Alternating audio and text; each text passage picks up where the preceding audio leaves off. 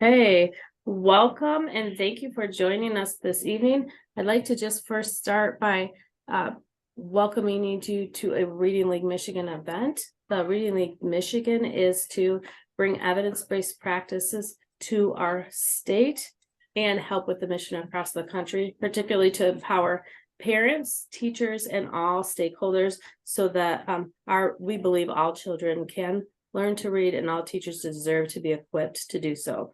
On the left, you'll see a QR that will lead you to our application to join us. It's a small fee of $25. It helps us keep the lights on and the insurance paid and the Zoom membership paid for.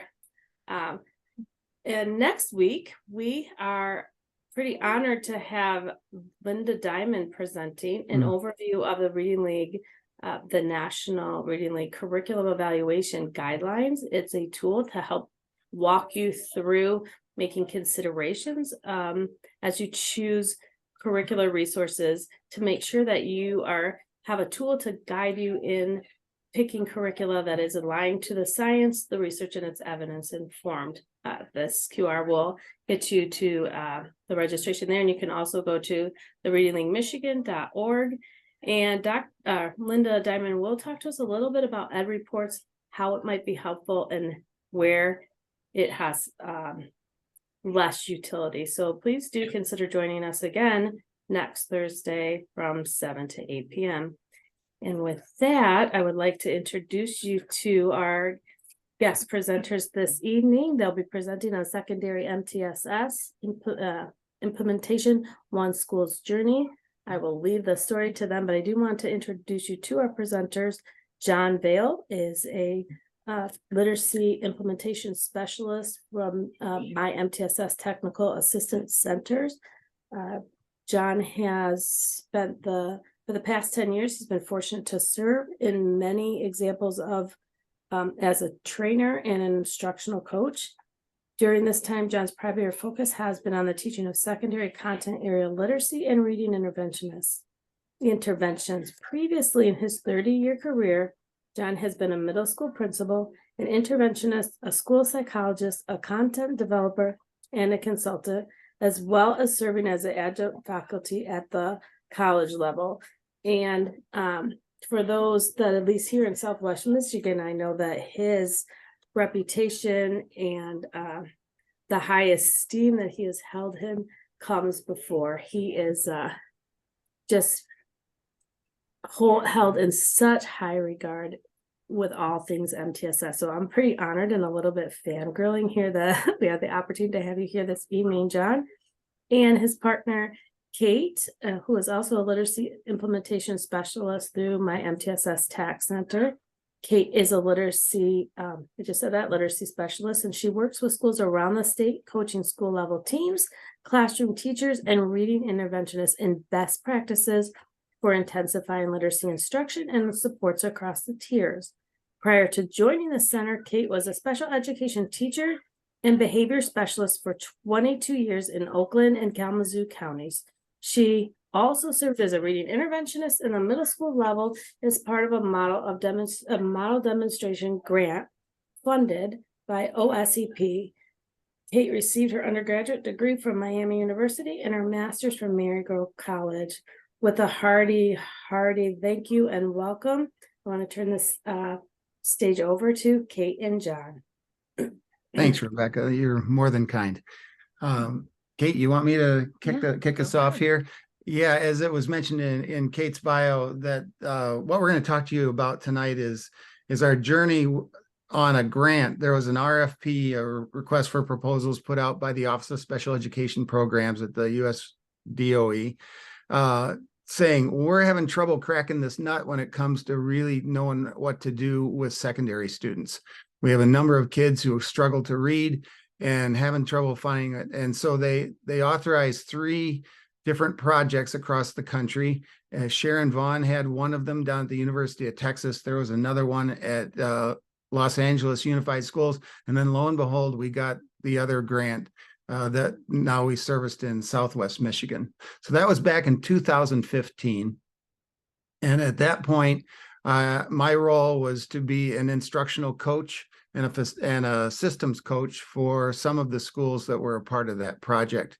Kate was a special education teacher. And so Rebecca, I think if I have any skill, it's finding someone who's really good and then acting like their mentor and just riding along, so that's been great. But anyway, so that started our journey back in 2015.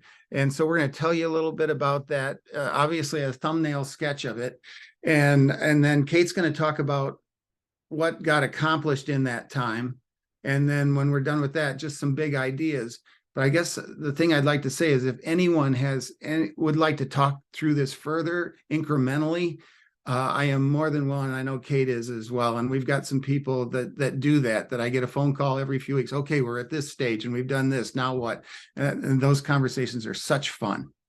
So with that being said, why don't we go ahead and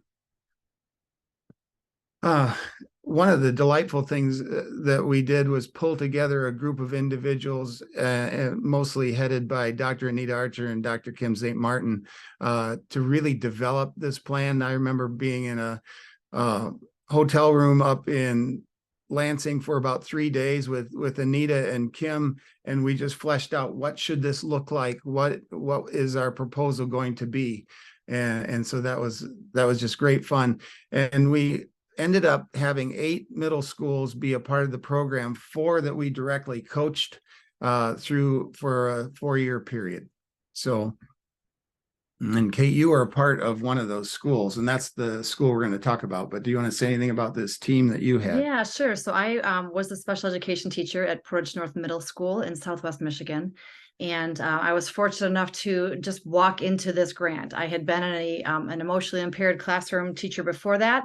And as I was coming over to North Middle, this grant was being funded, and Portage North Middle happened to be the one of the lucky spots. So Dr. Thompson was the principal and still is working at North Middle in that capacity. And our school psychologist, Amanda Fisher, Katie DeNoyer was coordinating our MTSS structure and data collecting. I served as a special ed teacher, and then Joanna Toth was our ELA content teacher who also became an interventionist throughout this work. So the purpose of today is to hopefully have you get further your understanding of how secondary schools can improve reading outcomes utilizing the MTSS framework.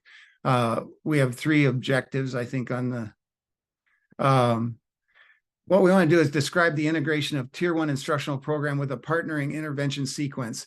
And this was key. People sometimes, well, a lot of middle schools have no intervention, and some have this kind of standalone program. But what we found is you needed to really integrate and plan for generalization and to make this work extremely well. And so that's one thing we want to leave you with. Where Kate at the end is going to talk about some lessons learned. And then hopefully we'll give you some resources that you can take with you. So again, it was interesting. I facilitated a panel discussion of principals from around the country talking about MTSS leadership. And in doing so, I had this naive thought that everyone had the same definition and concept of MTSS. And we found that as we talked, they were far apart. These are the 5 essential components that are part of Michigan's MTSS framework: team-based leadership, a tiered delivery system, a judicious selection of implementation of instruction, intervention, and support, and then obviously the 2 really important data pieces: screening and assessment, which was a learning process all of its own in terms of identifying who needs what at the secondary level and how do you provide it to them in the appropriate manner, and then making sure we had continuous database decision making going on throughout the year as students receive these different interventions. So we have a link here to the MTSS practice profile. It's a really helpful guide if you ever want to walk your team through what are the critical components and kind of be able to set your own plan to improve in terms of using an MTSS system. So yeah, you can go ahead. So here's our agenda. I'll talk about the the project that we called PARS, Promoting Adolescent Reading Success. As I said, Kate's going to come on and talk about successes and lessons. And then we're going to leave you as I sat down, I said, okay, so if someone sat and listened to this for 45 minutes, what do I really want them to walk away with? And we're going to hit that right at the end. So when Anita, Kim, and I started to develop the program, one of our guiding documents, a seminal document, was the IES Practice Guide developed in 2008. And the IES Practice Guide looked at all the research regarding improving learning at the secondary level in literacy. And they found evidence that when you see the things like strong and moderate, that's the level of evidence that was provided to suggest that this was a good practice to be doing. It doesn't necessarily describe the level of impact, but again, the level of confidence that it can be of value. And so we focused in on some strategies like explicit vocabulary instruction and making sure we had explicit comprehension strategy instruction going to all of our content area teachers. We looked quite a bit at student motivation and really realizing they needed to have success in order to be motivated. They didn't need to be motivated to have success. And then having this intensive and individualized interventions where students were matched to the appropriate intervention. They had a series of interventions to go through in order to achieve reading competence. And again, that motivation then to keep going on their own. So we'll walk you through some of those pieces. We called it 2 Paths to Excellence. We simultaneously worked with the content area classes in providing them with strategies that would work. We also provided an intervention sequence for students that needed an additional support. And we made sure that the strategies that were being taught in intervention were the same strategies that were being used in the gen ed environment. One of the huge points that we want to make is if you don't have alignment of those strategies and a plan for generalizing and using them, you might as well not be doing the intervention in the first place. You need to teach them to mastery, and then have them immediately be putting it into practice within their core gen ed environment. That was a big learning, wasn't it, as we went through that process? Definitely. Yeah. The foundation for everything we did, of course, having Anita there, but also we are firm believers that things needed to be taught with explicit instruction, that we needed to be very clear, have clarity about our goals, clarity about the way in which we were getting to them, and then active participation practices so that we made sure that all students were engaged, all students were doing, all students were reading and writing and saying as a part of this process, which was a little bit of a sell at the secondary level, as some of you might imagine. So go ahead, Kate. Yeah. So in terms of active participation, we needed to make sure that kids were not experiencing some of those things like round robin reading or call on the volunteers, because you're only stratifying the haves and the have-nots when it comes to reading by doing those kind of practices. We needed to establish a culture where students were expected to read all the time and everything they could read, but in a way that was supported and in a way they felt like they could be successful at it. And so we did that through various means: choral reading, closed reading, partner reading, and those may ring a bell with a lot of you. You know what they are. But Kate, on the next page, I created just a little description document for each one of those that talked about the what, the why, and the how. And so we'll attach those at the end, and feel free to make them better and send them back my way if you find you can do so, just to kind of help people understand how to use these and engage their kids in reading as much as they could. But we also found that students were not reading. So as we were training the teachers in doing these strategies, and as an instructional coach, I would go in to work with it, and they say, well, we're not reading anything today or this week, or we did that a while ago, or I'm just going to be reading to them. And you realize, oh my gosh, first problem we have is kids aren't reading. and especially not reading informational text. So Elizabeth Swanson down at the University of Texas did an interesting study that I ran across where she and a team went into 4 different schools, secondary schools, and they went to 20 different ELA and social studies classrooms in 8th and 10th grade. And they observed full class periods over the course of an entire school year. And they coded things. And what they were looking for was, are they using these like before, during, and after reading strategies? How well are they doing them? And how often are they doing them? And the answer was, well, they're not doing them very much, and they're not doing them very well if they are doing them. But embedded in that was a counting of the amount of time students read while they were in observing. And the bottom line on all of that was that students were reading less than 4 minutes a day out of an average 54-minute class period.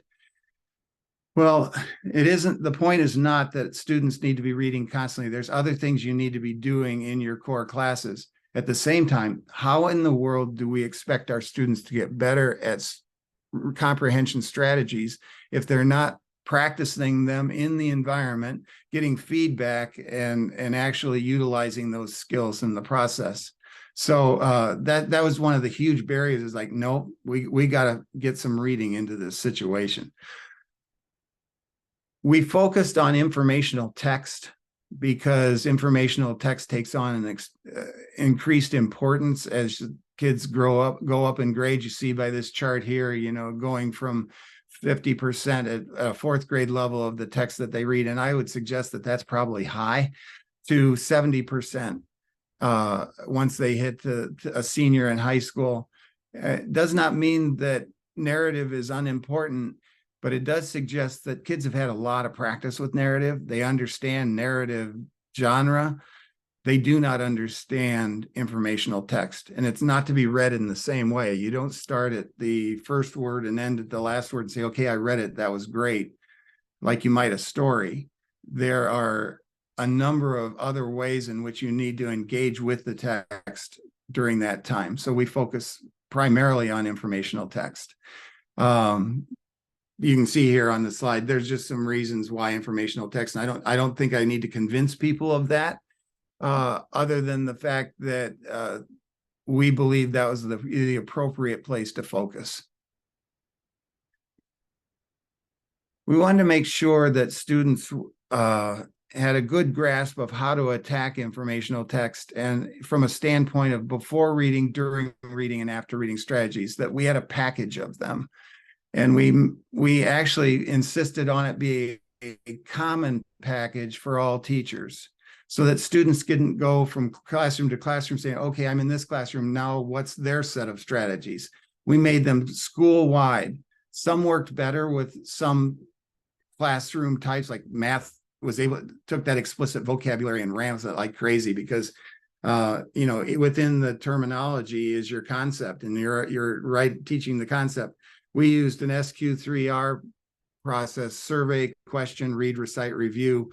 And the social studies people ate that up. And so did the kids in their classes. They did really well with that. So we did have a little bit of variation, but for the most part, it was 2-column note taking. Everybody learns how to do 2-column note taking. You can adapt it to any class. And so that's what we're going to be doing in our classrooms together, and so on. So it was about having a limited set of before, during, and after reading that teachers knew how to do and knew how to do well. So here are various things that could be done. And like I said, it's not about doing all of these. It's a package. And then as you get really good, you can start adding in others as we go. But again, the importance is doing something before, doing something to engage them during, doing something to summarize and solidify after is very important. So here's just some reasons why we went for a BDA, or before, during, and after. It gets long to type up there, package. But I love that second bullet here. And any student at certain point in times is at risk of comprehension issues. They may not have any background knowledge in it, or they may be in a situation where they don't have the focus that they need to have. And we've all been in those situations where we've read and said, wow, I have no recollection of what I read. So having these strategies to engage wasn't just for our at-risk learners or students that were struggling to read. It was for all students. And it was important for them to understand this is helping everybody. We decided on an intervention platform. And when Anita and Kim and I were first talking, we talked about the fact that, well, why don't we start with assuming a third grade level coming into sixth grade, that's probably a minimum. And so we were talking about using Rewards Secondary as our entry in intervention for those kids who needed that decoding of multisyllabic words. Well, we found that, oh my gosh, we've got students that are still well below that. Matter of fact, one of the schools, not Portage North, but one of the schools that I coached during this time as well, school of about 600 students, found that they had 120 of their students that needed intervention. So, about 20%. So we set up an intervention system, which they did really well. 60 of them were starting at a place below that third grade level. And so that was a shock and an eye opener to those. So go back to the MTSS framework, that comprehensive screening, really important to get that nailed down. We realized that we needed to be doing that in the spring, in the late winter and spring, so that kids were in the right spot of their intervention on day one in the fall walking in. The first year we didn't do that. And we were 2-3 weeks into the semester and we say, okay, time to pull the kids into intervention. Well, that was the kiss of death, right? Having a kid be in gym class or something and go, oh, by the way, you need to be with us now in this remedial reading. We set up names for it. We met with parents and had conversations about why their children needed what they needed to be doing. We set that all up in the spring, found that out so that we were hitting the ground running. And we had this idea that we need to have something that addresses decoding, both at a basic level and at a multisyllabic level, that we need to be focused on building vocabulary and fluency and comprehension and tying it to writing as we went through. There was a series, and all the while keeping an eye on motivation as we went through this process. So this is kind of the flow that we started. As I mentioned, we thought we could start people with Rewards Secondary. Not to be. For some students, we went back to Phonics for Reading, which was another program that Dr. Archer had written. She has 3 levels of that. We had kids in that. For some kids who had that at the elementary level, we used the SRA Direct Instruction Decoding strand, corrective reading for that portion of it. And then they moved from Rewards Secondary into Read to Achieve, a program that was written by Nancy and Ron Martella. It's Nancy Marchand Martella, good friends of mine, but they created essentially a program that looked at social studies and science passages that started at about a 4th or 5th grade level of complexity. By the end of the program, they were at about a 7th or 8th grade level of complexity. And they really worked on identifying that SQ3R systematically as you went through that. Then Rewards Plus and Rewards Plus Science and Social Studies really gets into the writing. I know Kate taught several of those intervention classes at that level, and you were really fond of that program. That was my favorite for sure. But that also brought students to those programs. The Rewards Plus are written at an 8th and 9th grade level. And so typically that's where our 8th graders would use those. And we were trying to encourage our high school also to kind of pick up where we left off. And so the kids understood that this wasn't for babies. This wasn't something, like they had to come back like they're in elementary school. So they saw the words that they had to decode. They saw the passages that they needed to read and then have written responses to. And so there was definite buy-in because it was at a higher level than they were reading, but we were guiding them through those passages, which was key. So initially, when we got kids in the first year, they'd be saying, when can I get out of intervention? How do I get out? And we did have entrance and exit criteria. By the time they got into the first and second year of it, and this was a multi-year process, they were saying, I don't want to leave intervention because I'm being successful. I know I can do this. So that was really encouraging to see. We were thinking, because our data didn't reflect much gain at all at the 6th grade level, we were kind of wondering about, is it what we're doing at 6th grade? And then at 7th and 8th grade, all of a sudden we saw the data start to jump.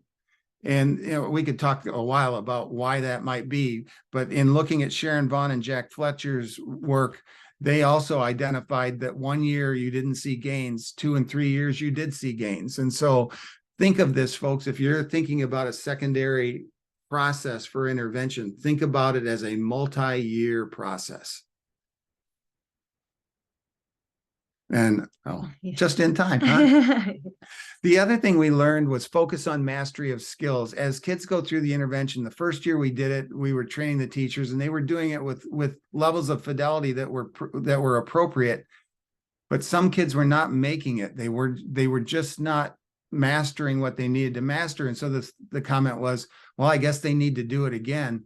Well, you ever want to kill motivation in a secondary student, tell them that, well, I know we did that and you didn't do all that well, but we're going to do it again, and they kind of look at you sideways and want to run away.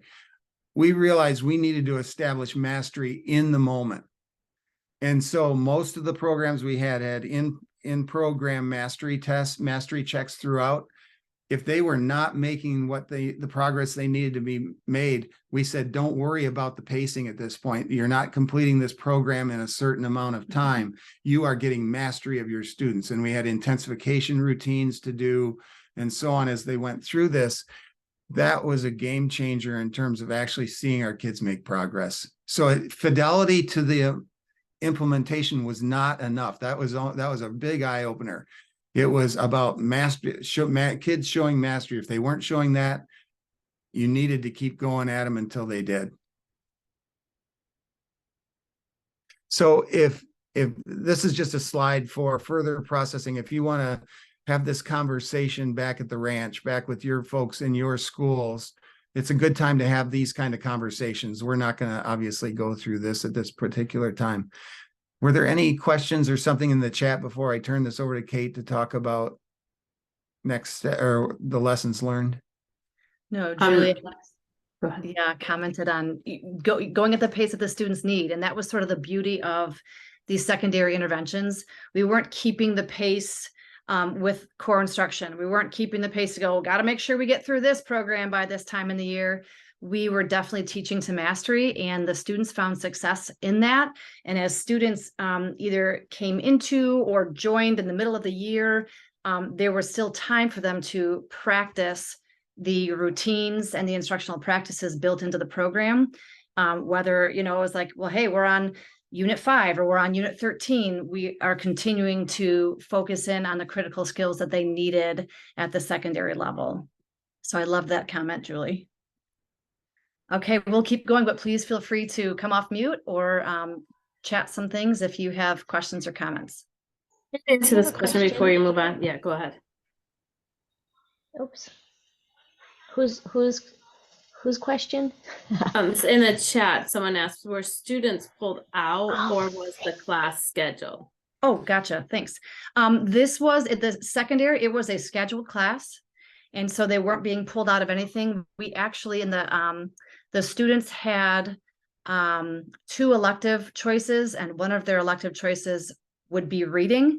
And so we did have a parent permission slip. And typically, like John had mentioned, in the spring prior to, even if they were incoming 5th graders to 6th graders, after we had screened students, we would have them placed in that class based off of the data. And then we would share with the parents what we would like to do with their schedule. And very infrequently did anybody say, no, thanks, I don't want my kid to have any assistance. Good one. Yeah. And then instructional group size, it kind of depended, but I would say, we had some groups that were 4 or 5, and then we had some that were 12. The greater the need, the smaller the group. The bottom line is you need to have opportunities for response and feedback, right? And that needs to be increased the lower the levels. So if in phonics for reading and in the decoding, SRA decoding, our group sizes were probably 3 to 6 maximum, and we set those as a maximum. When you got into read to achieve, where it's more like a classroom where you have a book that you're reading a passage and you're answering questions and things, we could handle classes of 10 to 15. Reward secondary, I think we put 12 as a max, and about the same thing for the plus.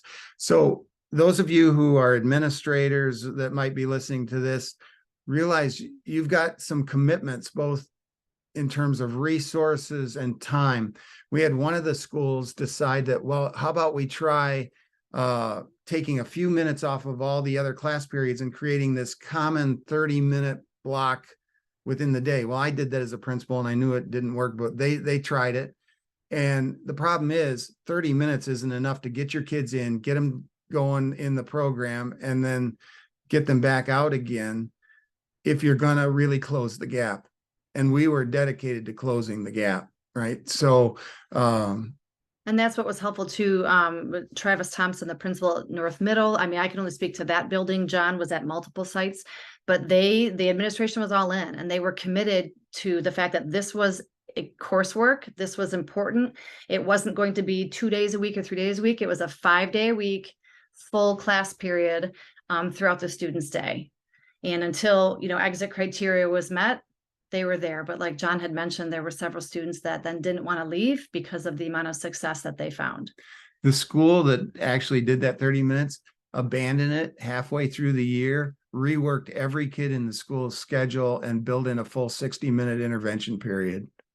So they found the value of it that important that they were willing to disrupt the world, their own world anyway, to do it. All right, so I'll go into a few successes and lessons that were learned. Oops, was there another question in the chat? Sorry. Oh, sure. And we can kind of during Q&A time, we can get into more of that a little bit, and we can probably even find some of the documents that were created for that and share that with you. Okay, thanks for your interest and all your questions. So in terms of the core content area teachers, there were 12 out of 17 that were trained in the really the Anita Archer Explicit Instruction and Active Participation series. And of the 12 then that had been trained, 11 of those 12 had been teaching those strategies with fidelity. And we had done multiple different surveys, and from the student perspective, when they were asked about their use of active participation, explicit vocabulary, and then any classroom management feedback, here's what they said. And so when you even just looking at the higher percentage of often, but then even combining the sometimes and often versus the rarely this ever happened, students were even realizing, okay, well, God, our teachers are on to us, like they're making us engage, they're making us respond, because all of the teachers were doing the same things and they had all been trained the same way. Looking at a staff survey, improving student engagement, improved gen ed student reading, all of these pieces, the majority of them very strongly, or at least agreed that there was a benefit to this strategy use within the building. And there was very minimal disagreement on any of those. The highest one, of course, being student motivation at that middle school level, but still quite a few having, 85% feeling like, okay, students were engaged and there was motivation there. In terms of the interventionists, there were 5 interventionists, and I so happy to be one of them. And all 5 of us had been trained and were implementing our programs with fidelity. If I could, before you do, we found that positions or title did not guarantee a good interventionist, that we really had to find the good interventionist. Kate was one of those that, one, you had to have belief that it was important. You had to have belief in how we were going to be teaching them. And then you had to really show your kids, I care about you so much, I'm not going to let you go without doing that. Having those type of people, we can train the other things, but having those as a mindset going in, as opposed to, well, I really don't like these kind of programs, they're scripted or whatever it might be. But we have to do it well, you might, there's a vast difference between the two types of interventionists. And so some were gen ed teachers. We have one gen ed teacher who was phenomenal. She was a language arts teacher. Now she teaches 4 out of her 6 sections as intervention. It's her favorite parts of the day. All right. And we were able to support 100% of the students that had an identified need based off of some of our entry criteria. And so there were 61 students in 2018 and 19 that needed the reading intervention, and they were able to receive that reading intervention support. And so numbers can really speak to us. And so when we looked at the progress monitoring tools that we were using with the maze and then our ORF goals that we set, all students that were in intervention would be progress monitored every other week on oral reading fluency passages, and then once a month or once every 3 to 4 weeks on the maze. And when you look at 6th to 7th to 8th grade in both the maze and oral reading fluency passages, you can really see the incredible jump, really speaking to what John had mentioned about not giving up after that first year, maybe not even seeing enough here, but then looking, oh my gosh, here we go 7th grade, here we go 8th grade, on these measures that really targeted the skills that they were developing at that time. I'm just going to check the chat real fast. Yeah, while you're doing that, some people say, what do you do at high school? We chose high school is such a different animal in terms of trying to schedule. There is still somewhat of a need, but we really believed in attacking this 6th, 7th, and 8th grade so hard that you shouldn't need a whole lot once you get into 9th grade. So I'm definitely one of the questions too about sharing coaching tools and ideas. We are happy to share anything because we want schools to know what's effective and what to use. So as we get to the end, absolutely, we'll make sure you have our contact information and vice versa, so that we can go back and forth and exchange questions and exchange resources. Yeah, for sure. Okay, so we were also using the NWEA at the time. And so students that were in reading intervention did all 3 checkpoints during the year on the benchmark with NWEA, whereas the general students did beginning and end of the year. And so there was growth on those as well. And you can see kind of even 6 with 14 out of the 21 students, and those were just the students in the intervention at that time that were that had showed some growth on the NWEA.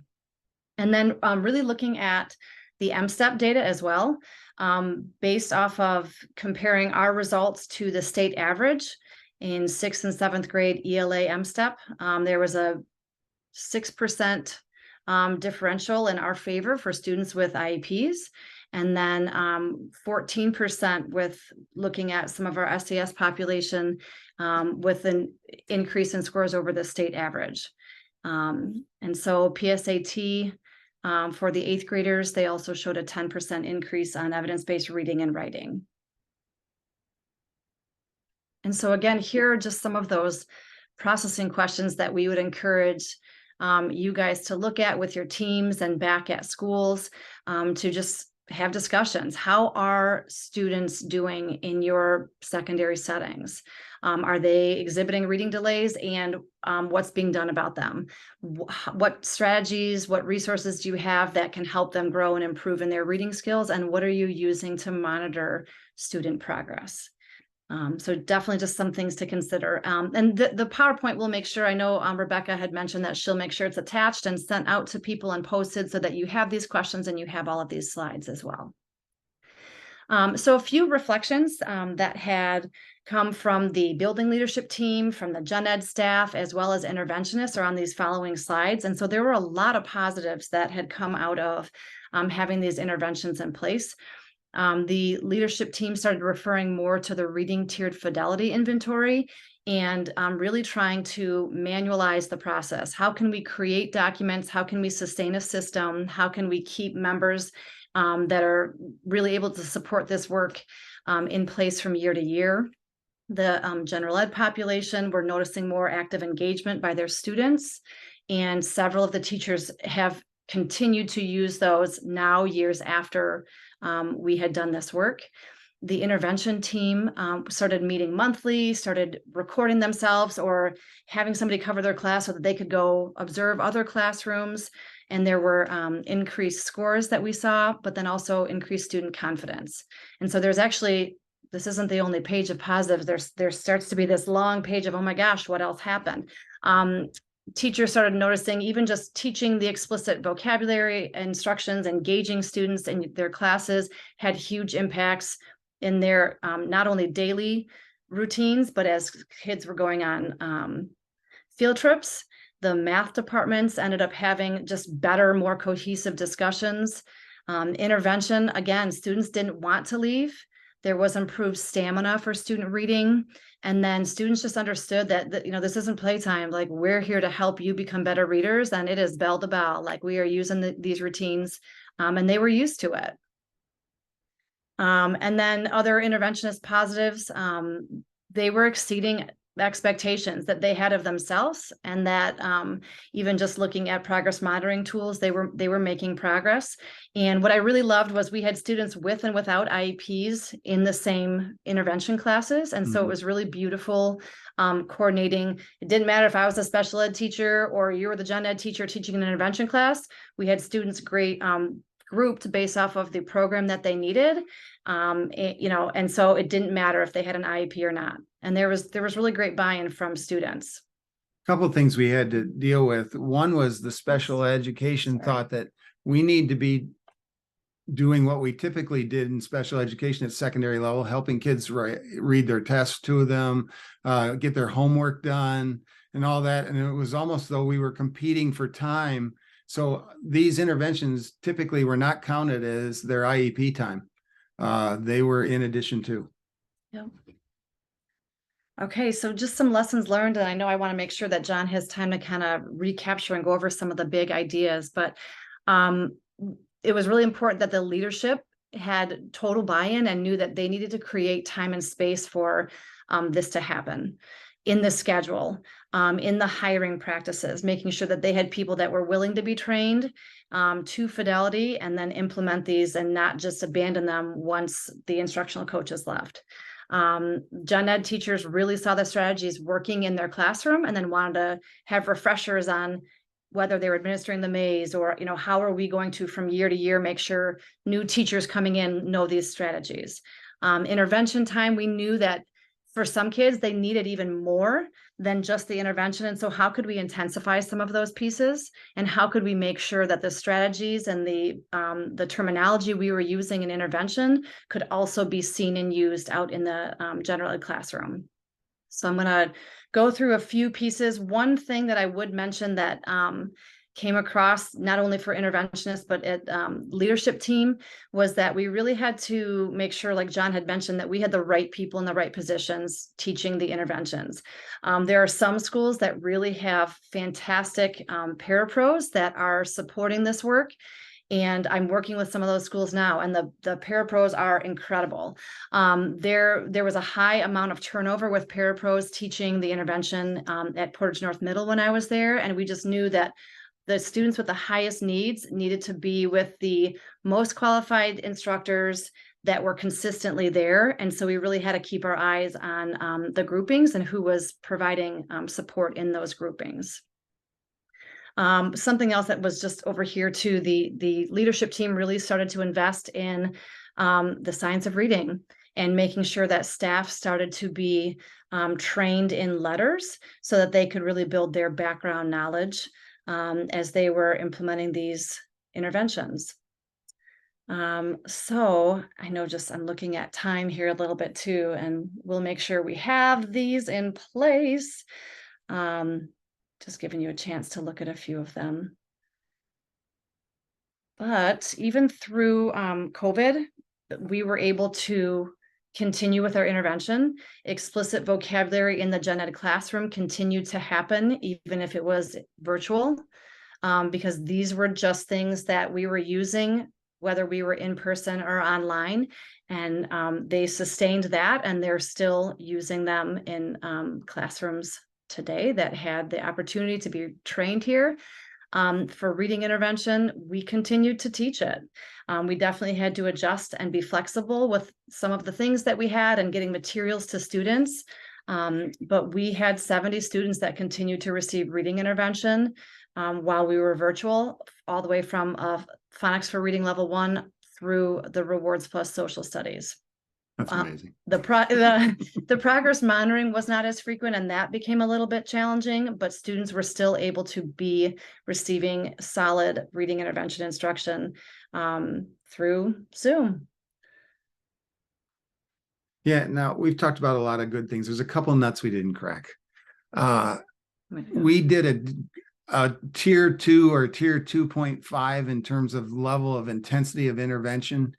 We didn't figure out where the resources could come from when students were not responding at that level and needed something more intense. One is the whole diagnostics around that. The expertise does not necessarily reside at the secondary level. So, making sure you access that from some of your elementary people, but then also how do you deliver that? And that was something we were continuing to work on. The other is that a lot of schools can't afford a coach. I was in classrooms all the time modeling and transferring. And so we were starting to work on a department level monitoring of this to where departments would agree, okay, we're going to be working on this strategy now, and we'll bring in kids work and we'll bring in little video clips of each other and set SMART goals for that. And really having the department meeting have a standing agenda item about how are we getting better at teaching and using these strategies. And so we were just getting started with that when COVID hit. So but I think that has great potential. So here, like I said early on, is that if you're going to walk away from this, what I really want you to walk in, and Kate too, kids need to be reading. They aren't. If they're going to expand their vocabulary, if they're going to expand their background knowledge, it's going to be through reading. And if they're not doing that, they're falling behind every day.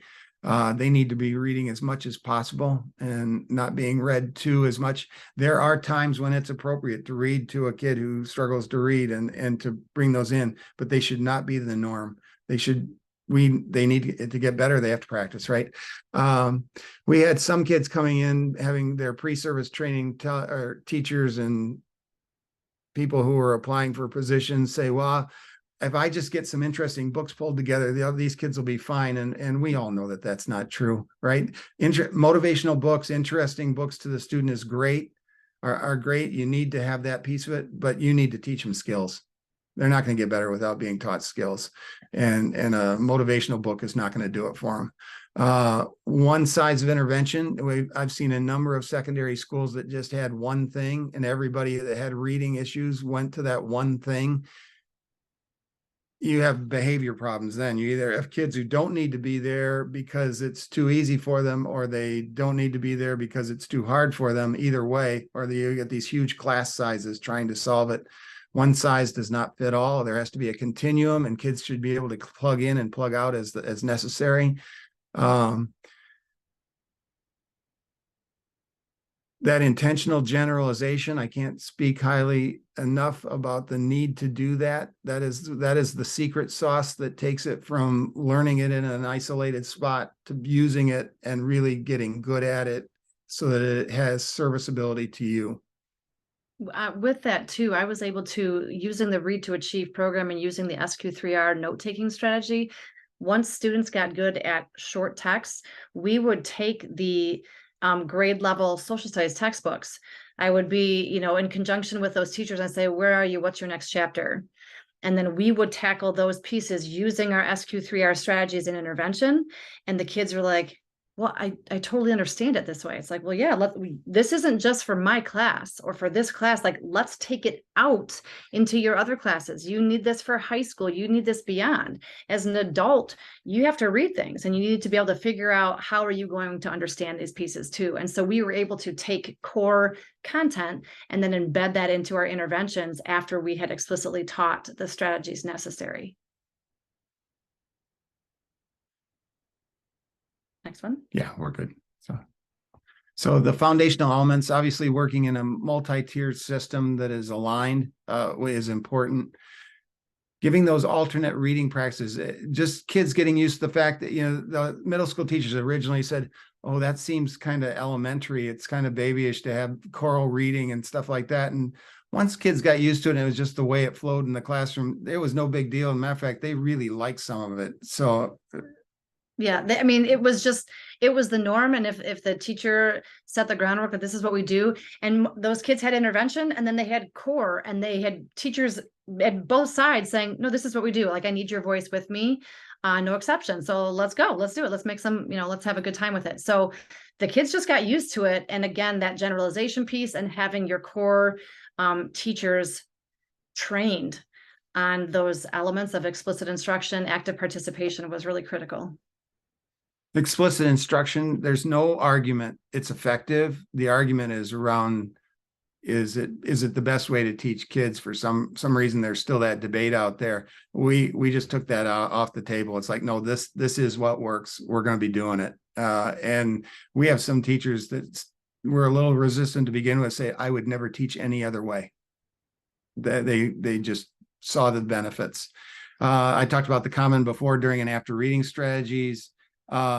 Training and instructional coaching, that's a critical piece, especially at the beginning, getting people up to speed and making sure they feel comfortable doing what you're asking them to do, and not just going to a training and hoping that they remember or even try it when they get back. Having a team, talking to Travis Thompson, the principal at this particular school, he says, he said, I believe in all this stuff, but I don't have the time in the day to be its champion at the same time. I need to have others on my team that keep their eyes on certain things and can inform me of what's going on. He says, because I will work to make it happen, but I can't be the one that's the champion of everything. So having that team that's really working together is huge. And then a multi-year platform that addresses the continuum of skills, well, for us, was extremely important.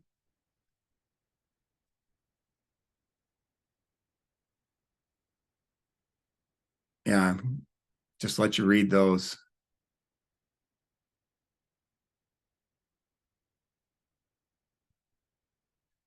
So Kate's not going to tell you this, but a couple years after we started this, she got a letter in the mail. And it was from one of her students, who thanked her for finally teaching her how to read. And she, tongue in cheek, said, I read a whole book, this past whatever. And I want to let you know that she types it. I'm sure there was like some forced letter behind a thank you, but it was so beautiful. And when she told me she read a whole book, it was in parentheses and it was in the smallest possible font that she could have sent it to me. And I was like, that stinker. Like, I knew, like, it was so her, but yet I knew she was so proud of what she was able to do. And John probably won't mention that he also worked with her throughout the summer on building some of those really like phonological awareness pieces that she was missing as a 7th and 8th grader. And so teamwork for sure, but also based in what we know works and instructional practices that work, and what kids really need to increase their ability to read. But then that time, 4 minutes of a class period is not enough time. We know that there needs to be more at the secondary levels for sure. This changes life trajectory, as you know, folks. I mean, that's why we do it, right? And there's nothing more rewarding for that, to see that actually take place. So it's worth it, even if we're starting at the secondary level with some of these kids. So we have some resources that are available that we wanted to share with you so that you had access to them. There are also some interviews from North Middle that were included when we've presented it in a longer fashion. We've had some time to see those, but we just knew we didn't tonight, but those are there for you. And we would love it if you contacted us and reached out to us and let us know what questions you have, what resources can we share. We love talking about this. So it was really awesome, Rebecca, that you had invited us to join us here just to share this, because that, I know that I'm where I am today because I had this instructional coach right here. And now to even think that I'm doing that and providing that for other teachers around the state, I'm like, how did this happen? But, again, explicit instruction, active participation, and the coaching piece that comes with it. You can't just have a teacher trained for a day or 2 days and then go have fun, good luck. But that follow-up piece, and then having the buy-in with administration saying this is important, and this is not just a, well, grab those kids when you can. No, this is what we do, and this is part of our internal day, and we include the general ed teachers as well as the special ed teachers, and it's one unit working for the common good of kids. Thank you so much. Do you have time? Are you willing for just a few questions? Oh, you bet. And I do want to stop just quickly before we, as we opened, I do want to introduce Julie Brown. I'm just going to introduce you, Julie, who's done similar work. I told you that our Yeah, you colleagues did. at my MTSS have invited her to hopefully visit our state. So she is here, and you did have a question, Julie. So I'd love to turn the question over to you, the mic.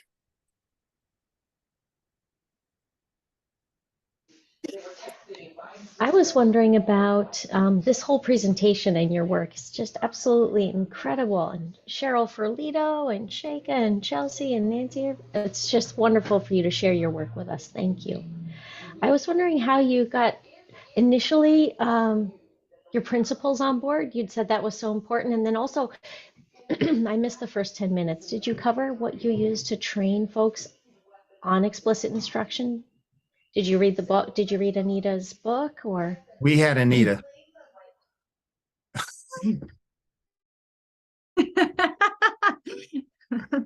Yeah. You can't get any better than that. So No. mic drop right there, you know? Yeah, she was the primary trainer for all of this, and would come back and then do classroom checks with us once in a while and model in the classrooms and stuff like that. So, I mean, so we realized we had a lot going for us that it's going to be hard to replicate. At the same time, it is replicable. It isn't, you know, she brings this wow factor, but teaching explicit instruction is doable, right? So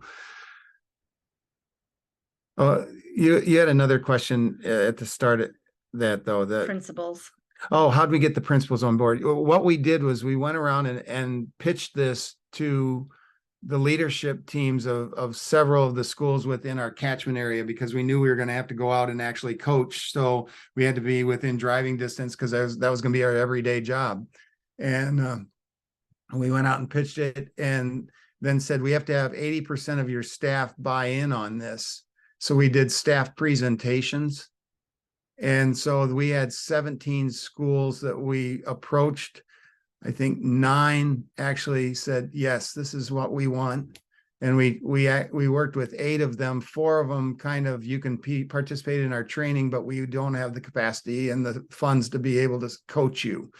And then the other 4 were direct recipients of coaching and that ongoing process.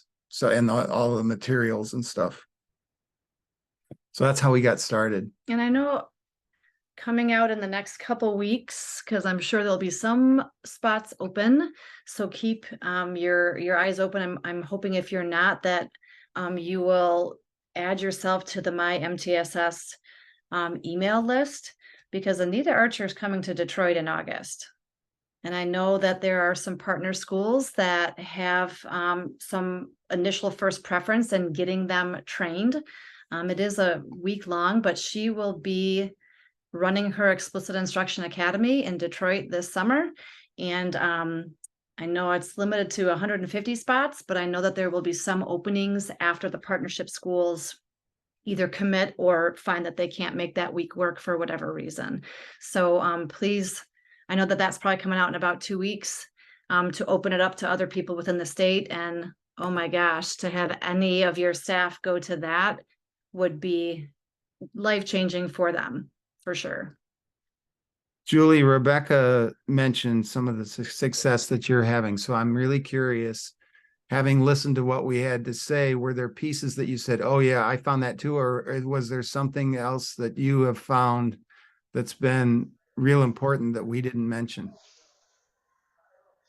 No, I loved when you said it's you're not going to see results in 1 year. I mean, that's so true. They're building this base Yeah. of prerequisite skills, and that's so often what we find when we share our work is folks give up too soon, and they think, oh, you haven't learned yet, that means maybe you can't learn, versus what you have done is just a huge, with a big ecosystem, and including that, I love how you included special education and general education students together. We're not quite there in Vermont. We're heading there. I loved how you did that, and I really, really appreciate how you have, from the middle. You kind of you're leading from the middle and trying to get students, a bigger group of students who could benefit from this instruction, and that you trained general education. I love how you talked about titles doesn't determine who's going to be a good interventionist. You can teach them about what they need to know to deliver a curriculum, and and they can learn, but having that mindset that all children can learn to read. I love that. I would love to hear more about how you train general education teachers for this work. It's so incredible. I don't know if you want to share anything else there. I know in terms of time, we're happy to stay and answer questions. I know a few people had asked specific questions about resources. If you would like to send us an email and ask for specific pieces, whether it's looking at the entrance and Actually, I've got a packet that Soraya Cocamelia, who is one of the other coaches, and myself put together for a training, and it has like the fidelity checklist that we used. It has descriptions of the programs we used. It had the schedule in it that showed how the school scheduled the time, Wow. things of that nature. Rebecca, if I get that to you, would you be willing to ship it out to everybody else? Absolutely. Yes, everyone that registered. I'll do that was- tomorrow. You're so Yeah. generous. That So would be generous. lovely. Well, thank you so much for your time, Kate and John. And I love this connection with Julie, and hopefully you'll get to meet in person yet this year and continue to broaden both of your thinking and just the resources and the support that you're sharing today is invaluable. And I so appreciate your time and energy and the work that you've done, Kate and John, and thank you for sharing with us. Thanks for Indeed, having our us. pleasure. Thank you. Good night, everyone. Thank you. Right. Thanks. Okay, try to figure out how to end the recording.